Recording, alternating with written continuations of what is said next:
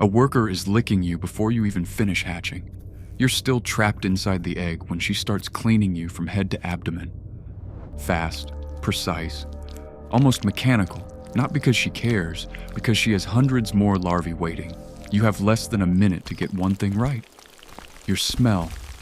If the chemical signature coating your body matches the colony, you live.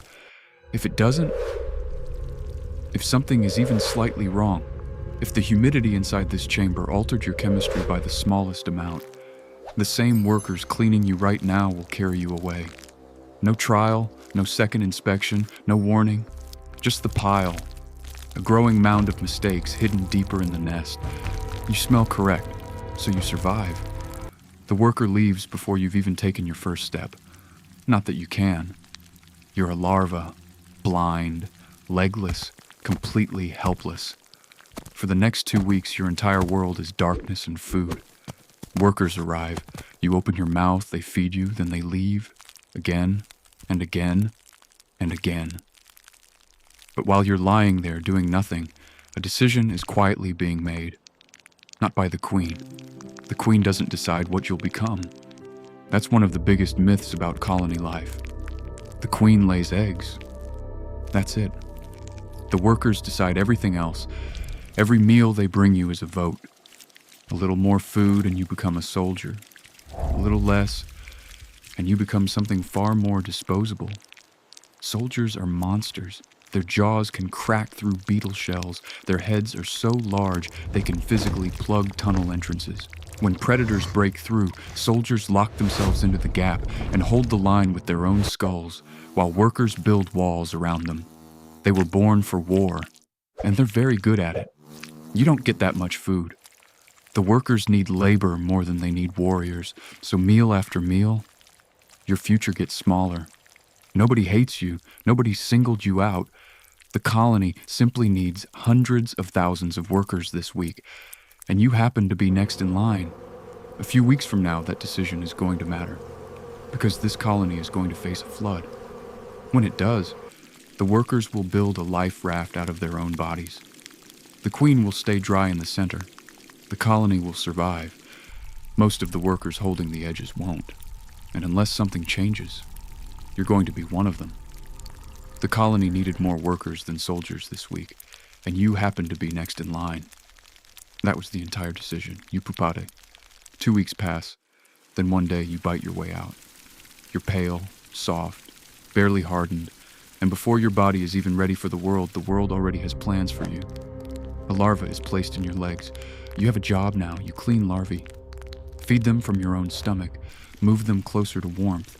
Move them away from moisture, hour after hour. Trip after trip. The same tunnels, the same turns, the same darkness. Sometimes for 14 hours straight. The colony never asks whether you're tired. The colony only asks whether you're useful. Skip forward. A larva dies. Then another. Some die every day. You carry them to the refuse chambers. The motion is exactly the same as carrying food. Pick up, Look walk, at the upper left. drop off. It seems The unstable. dead ones are lighter. One We can't morning, clear a this worker by ahead of you hand. stops, not What falls, about the service passage? stops, mid-step. Like someone paused her. The larva she was carrying rolls gently onto the tunnel floor. Another worker picks it up without breaking stride. No alarm, no reaction, no hesitation. She's 5 weeks old. Worker ants live about 5 weeks, that's it. No battle, no predator, no dramatic ending. The fuel simply runs out. The legs stop moving, and the colony keeps going. You step around her, someone will carry her away later. Maybe in an hour, maybe less. She won't be waiting long. You have the same 5 weeks. You're already 3 weeks in. The trail keeps moving, so do you. Then one day something changes. Part of the tunnel collapses overnight. The ceiling sags. Soil spills into the passage. The route narrows until it barely exists. Workers ahead of you turn away and follow a detour. 4 extra minutes, 4 minutes every trip. You watch them leave. Then you squeeze into the gap anyway. Your body barely fits. The larva catches on the walls. You drag it through sideways. One leg at a time. Dirt scraping against your shell. Then suddenly, You're through. The main trail stretches ahead exactly where it always did. You beat the detour by 4 minutes. Nobody notices. No reward, no promotion, no signal saying well done. The colony doesn't care that you found a better route. The colony only cares that the route exists. You drop off the larva, turn around, and crawl through the gap again. But now you know something the others don't. And for the first time in your life, that tiny piece of knowledge changes everything. Your assignment shifts. You're a forager now. And a few hours later, you leave the nest. For 3 weeks, your universe has been tunnels barely wider than your body. Dark, crowded, endless. Then you step outside, and the world is absurd. A single blade of grass towers above you like a skyscraper. Heat pours down from every direction. The sky stretches so far overhead it might as well be infinite. And cutting through all of it is a trail. Chemical highway laid down by workers you've never met. Your antennae read it instantly. Distance, direction, food, danger. Everything is already written. You don't choose where to go. You don't choose what to do. The trail decides, and your legs obey. The trail leads to a dead cricket lying in the grass. 100 body lengths away, you bite in.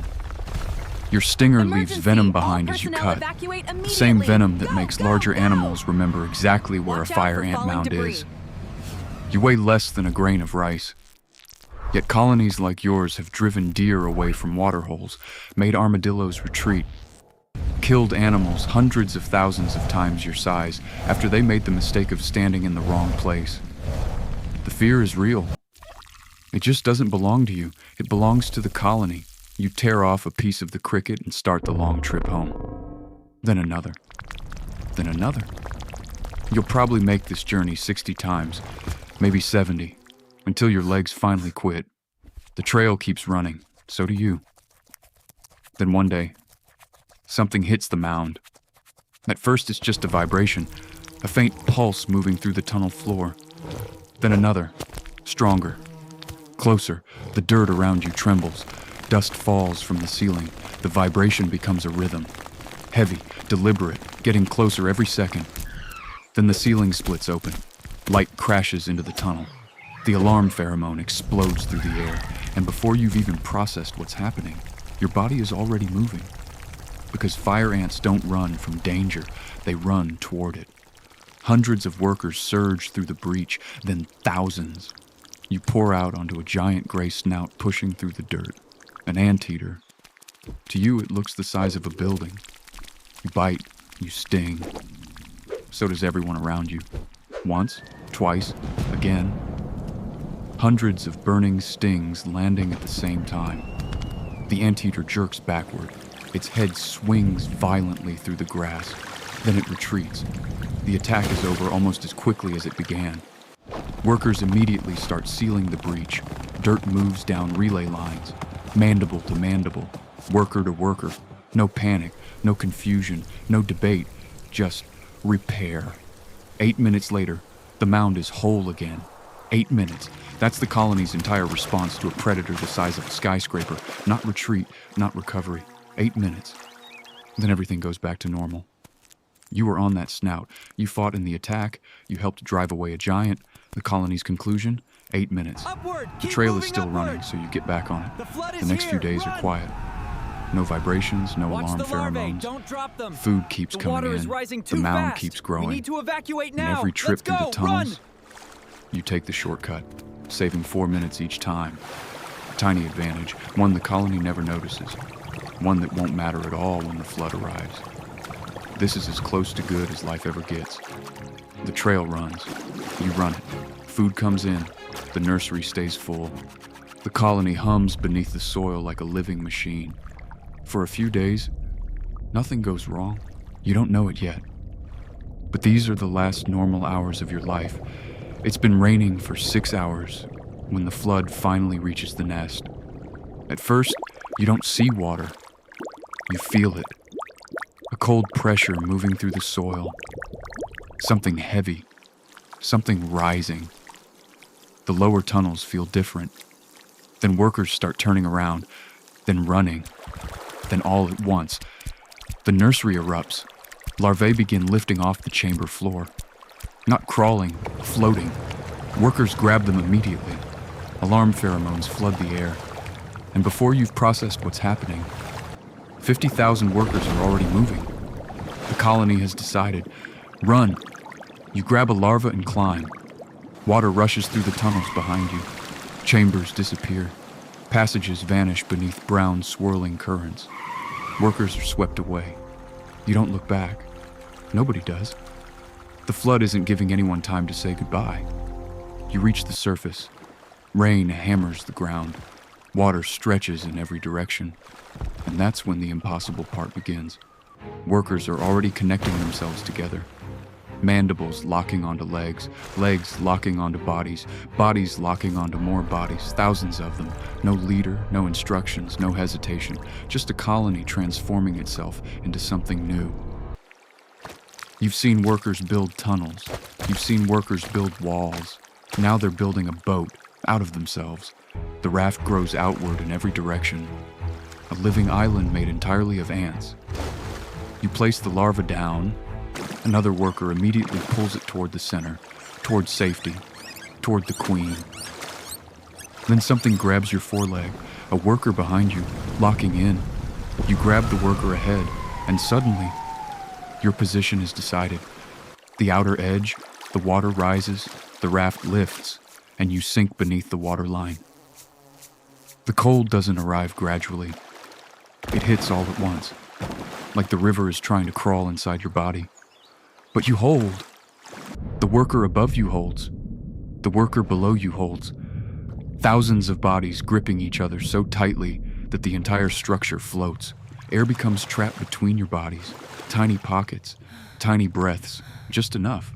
The raft drifts. Hours pass. The queen is somewhere near the center. Dry, protected. Workers surround her on all sides, not even letting her feet touch the water. She has no idea you're here. She doesn't know your age, your job, your name. Not that you ever had one. To her, you are simply part of the wall. Then a shadow appears below. A fish. It rises from the dark water and presses its mouth against the raft. Workers sting it instantly. The fish disappears. Even now, half submerged in floodwater, the colony is still dangerous. The raft keeps moving. The cold keeps spreading. And slowly, you begin to understand something. The colony will survive this. You might not. Workers rotate positions when they can. Those on the surface move down. Those underneath move up. But the flood is long, and not everyone gets another turn. Hours later, the raft strikes a root. Workers at the front begin climbing. The signal ripples backward through the living mass. Release. Climb. Move. You feel the worker ahead of you let go, so you let go too. For the first time in hours, solid ground touches your feet. Root, bark, mud. You pull yourself onto land. Waterlogged, shivering, moving slower than you should. The colony made it. The queen made it. The larvae made it. And as you drag yourself across the wet earth, for the first time, you're not entirely sure you did. Your legs are working, but not correctly. Something in the cold never fully leaves your body. You can feel it every time you move. A hesitation, a weakness that wasn't there before. The colony is already rebuilding, before you've even stopped dripping water from your shell. Workers are scouting for a new mound. New nursery chambers, new food stores. The queen is surrounded, protected, fed. The trail is running again within hours. By morning, larvae are eating. Foragers are moving. Fresh tunnels are being carved into soil that wasn't a colony yesterday. The flood is over. The colony survived. And the colony has already moved on. So do you. For a while, you carry larvae, run trails, do your job. 3 days pass, then your legs start failing. Not all at once, one at a time. Your front legs still work. Your middle legs respond slower. Your back legs drag behind you. You keep moving anyway, because that's what workers do. You carry one more larva toward the nursery. The trip feels longer than it should. The larva feels heavier than it should. Workers begin passing you, then more workers, then even more, flowing around you like water moving around a stone. The trail doesn't slow down. The colony doesn't notice. You finally set the larva down and stop. A worker steps over you, then another. Both of them have somewhere else to be. 15 minutes later, another worker picks you up, not to help you, to remove you. She carries you through familiar tunnels, past the nursery, past the food chambers, past the workers still running their routes. Then she drops you onto a pile, the same pile, the larvae that didn't survive, the workers who simply ran out of weeks, the ants that held the edge of the raft until the cold finally won. You're one of them now, and that's it. No ceremony, no memory, no record that you were ever here. The trail keeps moving, the colony keeps growing, the queen keeps laying eggs, and somewhere back in the nursery, an egg is cracking open. A worker is already cleaning it, head to abdomen, fast, methodical, the exact same way they cleaned you. It smells correct, so it survives. The worker moves on. The cycle begins again, because in a fire ant colony, the individual never mattered, only the colony did.